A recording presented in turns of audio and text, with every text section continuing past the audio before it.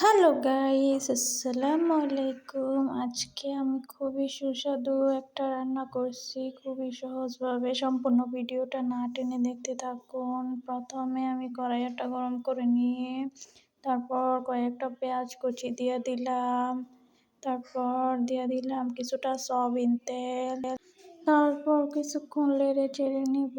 নেওয়ার পর আমি এই যে গরুর মাংসগুলো দিয়ে দিলাম ভাজার জন্য। সরি, গরুর মাংস না, দিয়ে দিলাম পাঙ্গাস মাছ। আপনারা দেখেন, একদম গরুর মাংসর মতো আজকে টেস্ট হবে, খুবই মজা হবে। প্রথমে আমি একটু ভেজে নেব।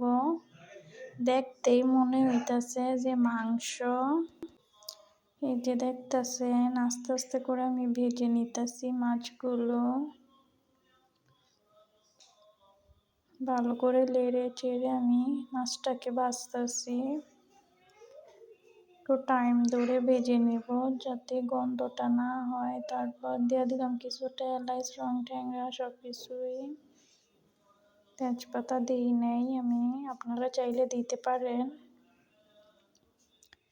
তারপর আরেকটু নেড়ে চেড়ে নিলাম। দেখতেছেন আমার ভাজা প্রায় হইয়া গেছে। তারপর কিছুটা পানি অ্যাড করলাম আমি এখানে। এখন দিয়ে দিব আমি কাঁচামরিচ, দিয়ে দিলাম টমেটো দেওয়ার পর এখন আমি ভালো করে নেড়ে চেড়ে নিতেছি। দেখতেছেন, দিয়ে দিলাম আদা রসুন বাটা। দেওয়ার পর আদা রসুনটা কিছুক্ষণ আমি ভেজে নেব। দিয়ে দিলাম এখন হলুদের গুঁড়া, মরিচের গুঁড়া, 2 চামচ দিলাম মরিচের গুঁড়া, দিয়ে দিলাম জিরা, দিয়ে দিলাম ধনিয়ার গুঁড়া, স্বাদ মতো লবণ। আপনারা আপনাদের আন্দাজ মতো দিয়ে নেবেন মরিচ। আমি দিয়ে দিলাম আস্ত জিরা কিছুটা, দিয়ে ভালো করে নেড়ে চেড়ে নেব। এখন আমি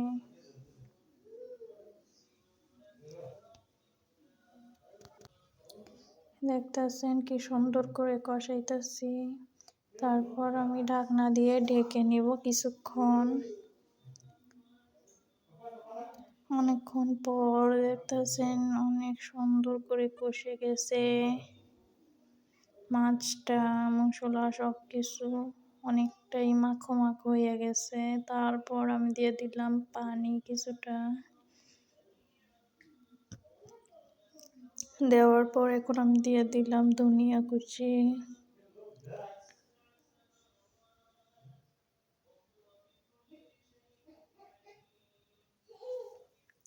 ধনিয়া কুচি দিয়ে আমি ভালো করে নেড়ে চেড়ে নিতেছি। খুবই সুন্দর ঘ্রাণ বের হইছে। আমি রান্না করার সময় মনে হইতাছে ঝটপট ভাত নিয়ে বসে পড়ি খাওয়ার জন্য, এত সুন্দর ঘ্রাণ বের হইছে। খুবই মজা হইছে আজকের রান্নাটা। দেখেন ফাইনাল লুক, কত সুন্দর লাগতাছে দেখতেই, খাইতেও খুবই মজা হয়েছে। মাশাআল্লাহ, এভাবে রান্না করে আপনারা একদিন বাড়িতে খেয়ে